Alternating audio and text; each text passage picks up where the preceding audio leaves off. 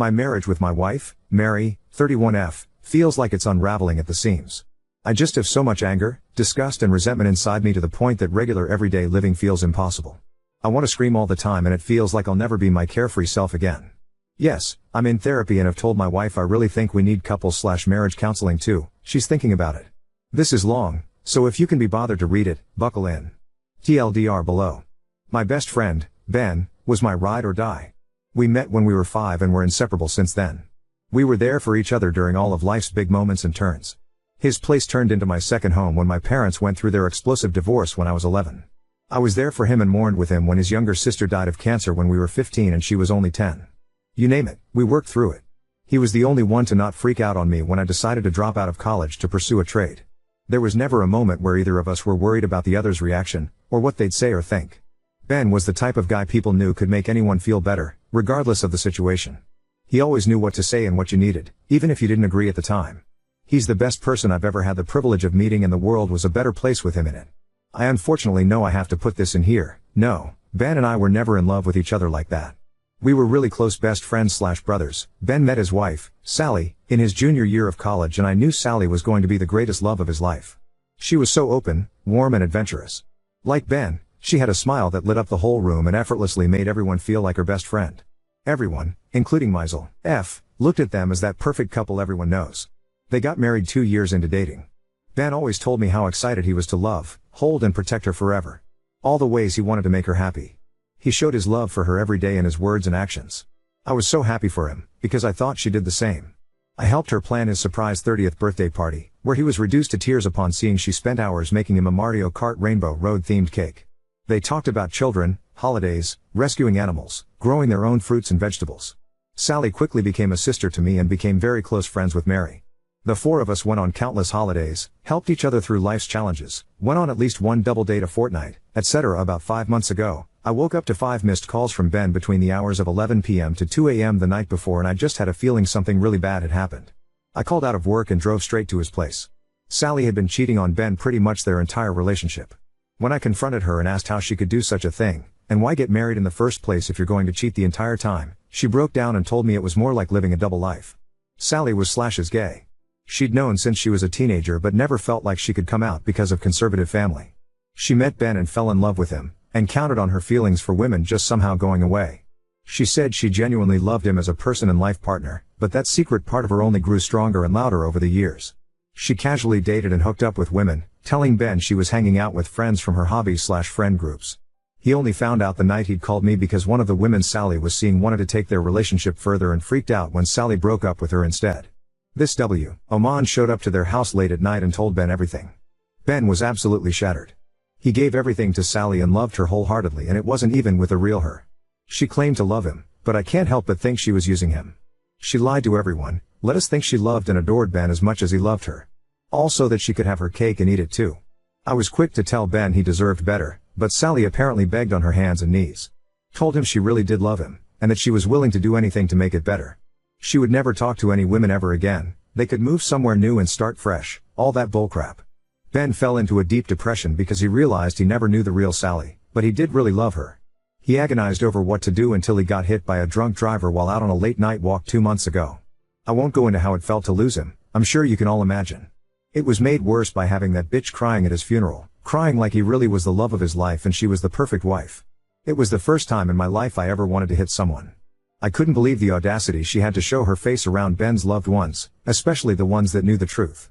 Mary knows how I feel about Sally and I thought she understood that Sally is dead to us. I know I can't dictate who a person should/can be friends with, but if I had a mutual friend with Mary that shattered her as much as Sally did to me, I'd cut them off with no question.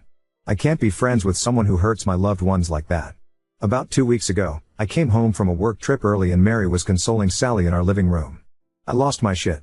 Asked them if they were having an affair, screamed to the point of crying. I asked Mary how she could have Sally in the living room where we have a photo of Ben hanging on the wall. Sally tried to apologize to me and airs where I was probably ta.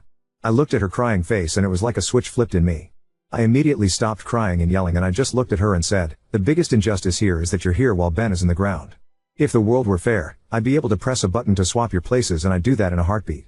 You might be able to trick my wife into feeling sorry for you but you're dead to me. I see what you really are and you're trash. You tricked Ben into falling in love with you so you could pretend to be mommy and daddy's good little straight girl while fucking whoever you wanted on the side. I can't even fathom or quantify your selfishness. If I woke up tomorrow and I was you, I'd never get out of bed ever again. Mary says I was cruel, and I guess I was, but it was my truth. Apparently, Sally hasn't left her house since that confrontation. It's to the point she's lost her job because of not going into the office. The thing is, I don't feel bad about it. I think it's the least she could do, and I hope she continues to not exist in my world. Mary knows I feel this way, but still goes to Sally's place to bring her meals and help clean up the place. It honestly disgusts me. We've had many explosive arguments about it, and for the first time in our marriage, I feel like we might not recover from this. We both feel like we've seen a new side to each other and we don't know if we'll be able to move past it. I write this here because we've kept this situation to ourselves. Other people in our lives know something is up, but have been too afraid to ask. Update 1. A further thank you to people who reached out to me and shared their experiences losing a best friend. I'm sorry you guys lost your best friends too. It's like a sledgehammer to the chest that won't dislodge itself. On to the update. It's only been a week, but it's felt like forever. Mary couldn't handle the fights and disagreements anymore and packed her bags day after my post. I knew this was probably for the best and didn't have it in me to argue or fight for her to stay. I just asked, "Are you going to Sally?" To which she just sighed and shook her head at me before leaving. Her eyes had nothing but exhaustion and disdain inside, and to be fair, I'm sure mine were the same. The town I live in isn't that big, so I've had a few friends reach out to me that they saw Mary at Sally's place, or that the two were seen grocery shopping together. I wake up every day to an empty house, knowing Mary is at Sally's. Looking after her. Asking if she's okay. Cooking her meals. Cleaning her house. She hasn't called or texted me at all, other than to answer my call last night with, "I'm not going to talk to you until you apologize to Sally." And hanging up when I try to explain myself. I know I'd be lying if I said I felt bad for what I said to Sally at all. There's no point in hollow apologies, and I especially don't think there's a point if there's nothing left to fix in my marriage. Mary has made it clear where her loyalties and priorities lie. I just don't understand how she can go from holding me while I cried in her arms to choosing Sally over me and ignoring me. My therapist is advising me to let myself just feel my feelings and process before making any big life choices, and she's probably right, but I've lost all respect for Mary. I never would have thought she'd betray me this way. I lied awake last night when I suddenly had the thought, what if Mary came back on her hands and knees, begging and apologizing? What if she gave me the best apology she could possibly give me for this situation? What would it change? It breaks my heart, but deep down, I feel like it wouldn't change anything. There's some things that can't be forgiven. There were a few comments and DMs asking if Mary and Sally could be having an affair, or if Mary knew about Sally before everything exploded. These questions did keep me up when all of this started going down, but now I can't bring myself to care.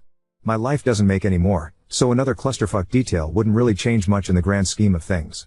I've drafted a text that could be the last text I sent to Mary, and it goes as follows. Mary, your priorities and loyalties in this situation have been made very clear to me. I don't know if you want to try to save our marriage and the life we've built together, but at this point, I don't think there's anything left of it to save. You abandoned me during what I can only hope is the worst time of my life. You've invalidated my grief and anger for what? The woman who's been lying to and betraying us for years?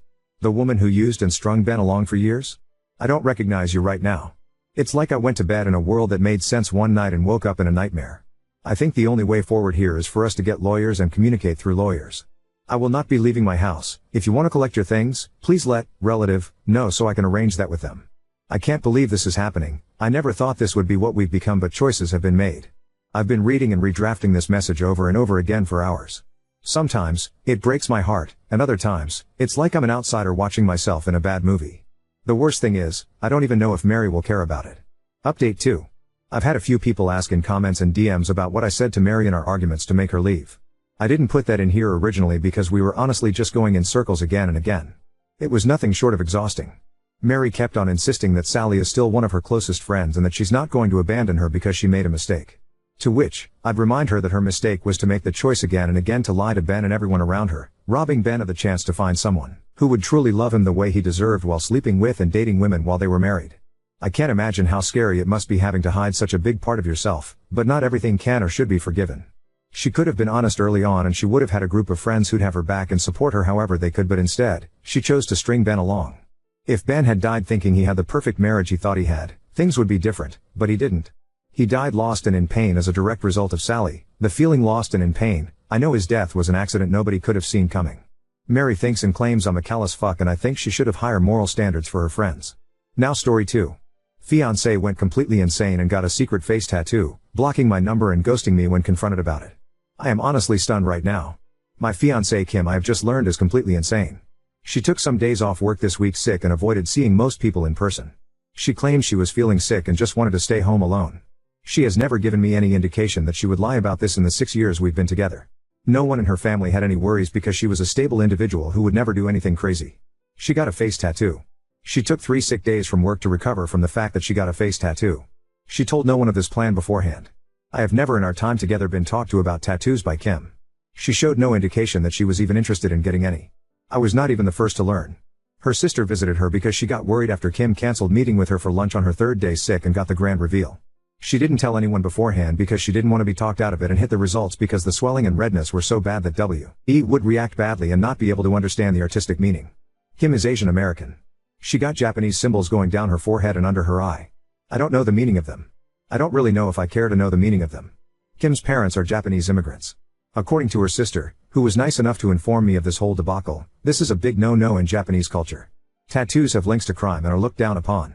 Her parents are beside themselves, and that is a whole other set of drama I can't even begin to approach. Kim talked to me last night about it, and acted offended and started a fight because I told her it was absolutely insane of her to do this. She works a public-facing job. She talks face-to-face with clients in the financial industry. The minute her boss finds out, the career that she went to school for will be over. She actually didn't consider her job, or family, or me at all, and decided a long time ago she was going to express herself freely without any concerns. I'm worried about her right now. This is not normal. She blocked my number after our fight and is ghosting me and her sister because we're trying to help. But, dear Lord, this is far beyond me. I cannot comprehend what I'm even supposed to do right now. Kim's lost her mind. Is there any chance I will be happy married too? This?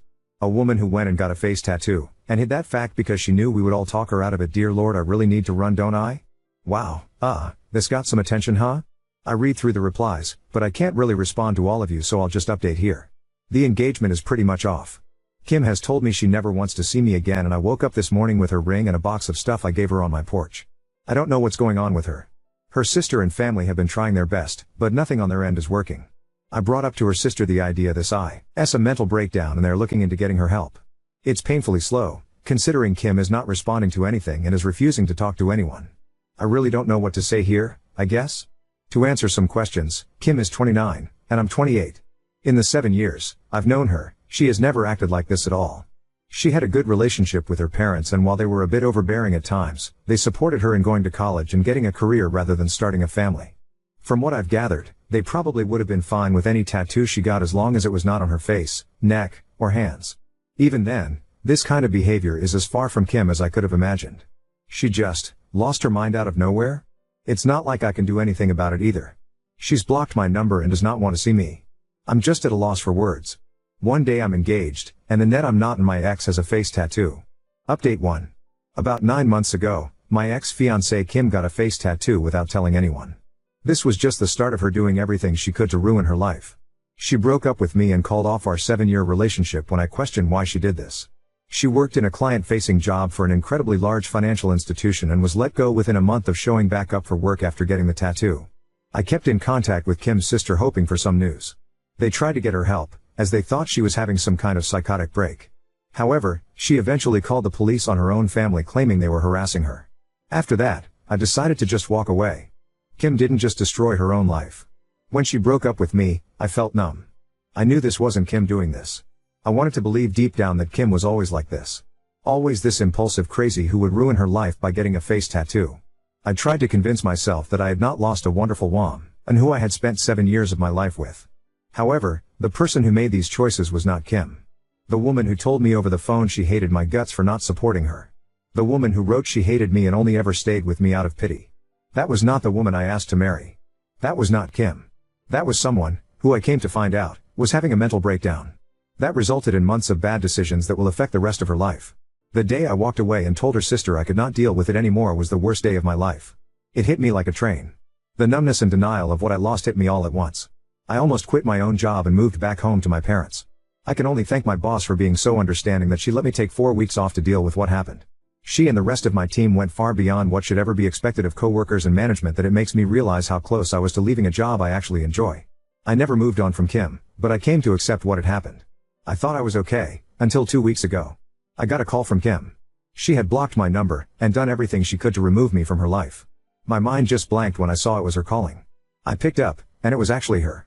We didn't talk, I did not know what to say to her. We decided she would come over to my place, and we talked. The tattoo is still there, but she's covering it up now with makeup. She says when she has the funds she's going to look into getting it removed if possible. She had lost a lot of weight since I last saw her. She's not been able to find a new job, she'll probably need to move to a new city for that. She wasn't the Kim I had fallen in love with. She was like a shell of her, something just wasn't there anymore that used to be. Kim told me what had happened. The year leading up to the tattoo was awful for her. The stress of everything seemed to pile up more and more. I'll respect her, and keep much of what she told me secret. However, the thing that is important is that she secretly started doing methamphetamines to keep her performance up at work and to deal with everything. And one day, she just out of nowhere decided she hated everything about her life. She explained why at the time she wanted the tattoo. It doesn't really make much sense, but a lot of what she was thinking at the time didn't. And from there, she just lost control of everything. I won't talk about what happened after she disappeared, but it is not pretty. There are things she did that will follow her for the rest of her life. It explained a lot, but it did not make things any better. We talked for nearly the entire night. She didn't leave my place till almost 4 a.m. Since then, she said that she wants to try and get back together with me. She admitted she knows things cannot be the same. Yet, she wants to try. I haven't talked to anyone about what I'm about to say yet. I've held off on talking to Kim about it because it feels selfish. But, there's something about the way Kim acts about the way it affected my life that irks me. When we talked that night, she said that I was lucky she cut me off. I was lucky I didn't get put through any of this. I was lucky that my crazy ex wasn't at my door screaming or showing up to my work and causing a scene. She acts like my life wasn't affected at all. I told her what happened after she left. How much it hurt, how I almost quit my job and moves across the country. Her response was dismissive. Like because I didn't go through with it I don't get to complain. She acted like because I was not the one with the tattoo on her face, I don't get to act like it had long-lasting effects on me. She didn't even apologize for the explicit and hateful note she left with my things when she returned them. Or for the phone call where she called me a manipulative selfish asshole who only wanted her for her body. Or even just for breaking up with me. She knows she was wrong to do it, but it's almost as if she's acting like because she had a breakdown, I can't hold her accountable for what she did to me because it wasn't long-lasting. I texted her last night, saying how hard it was for me when she left. She ignored it entirely and tried to move on. No acknowledgement at all. I don't know why, but it hurt me. It hurt me so much. I feel like I did back when all those emotions finally hit me after she left. I wish she had just never come back into my life now. I wish I didn't know what happened. I wish I hadn't picked up the call. Because it hurts. But, a part of me feels like I'm being selfish or complaining too much. That I don't get to feel this way, because I'm not the one who had the mental breakdown. Update 2. I learned yesterday that my ex, Kim, died of a drug overdose Sunday. I'm still processing the news I guess. We broke up 2 years ago after Kim got a face tattoo out of nowhere. I have some other posts on this account about that if you want the full story. Kim reappeared in my life about a year ago after breaking up with me and essentially becoming a ghost. She wanted to get back together with me, and I stupidly considered it and let her get the foot in the door. She claimed she was clean but she wasn't. It was obvious she was still using meth, and my guess is she was still using fentanyl. After I finally declined to get back together with her, she slashed my tires after causing a scene at my office. Luckily she's been out of my life for 6-ish months now after some cop put the fear of God in her after she broke the restraining order. I've not heard much about Kim since then, thankfully. Last I heard she was wanted on a warrant and was hiding low across state lines. Yesterday, though, Kim's sister called me to let me know she was found dead Sunday morning. She wanted me to hear it from her instead of through the grapevine. I appreciate it, despite everything Kim's family have been nothing but kind to me. Kim's parents are quietly cremating her and there won't be any ceremony. Seems that stealing and abusing her family since she started doing meth has made them just as detached about her as me. Or, maybe they've already mourned the loss of their daughter long ago, and now is just the end of whatever remained. Right now, I don't know how to feel. I feel like I should be sad. I knew Kim for 7 years, I was with her for 6. I was engaged to her. I lost my virginity to her. She was the first person I truly loved. I used to sit up with her and talk about the family I wanted to have. I wanted Kim to be the mother to my kids. Sat up with me as I cried when I heard the news of my mother's death. At one point in my life, she was the most important thing in the world to me. And I don't feel anything. When Kim left me, I was devastated. When she came back into my life, she made me feel a combination of emotions I can't even describe. And now, hearing the news that she's dead, I don't feel anything. I don't feel numb, I'm not in shock. I just am lacking any emotion towards this event at all. I feel like I should feel something. Right? I still miss Kim. Not the Kim that died Sunday. Not the Kim that stalked me. But the Kim I met. The Kim I fell in love with. The Kim that died when she started to do meth. I still feel sad when I think about her. But, knowing this other Kim is dead, just makes me feel nothing.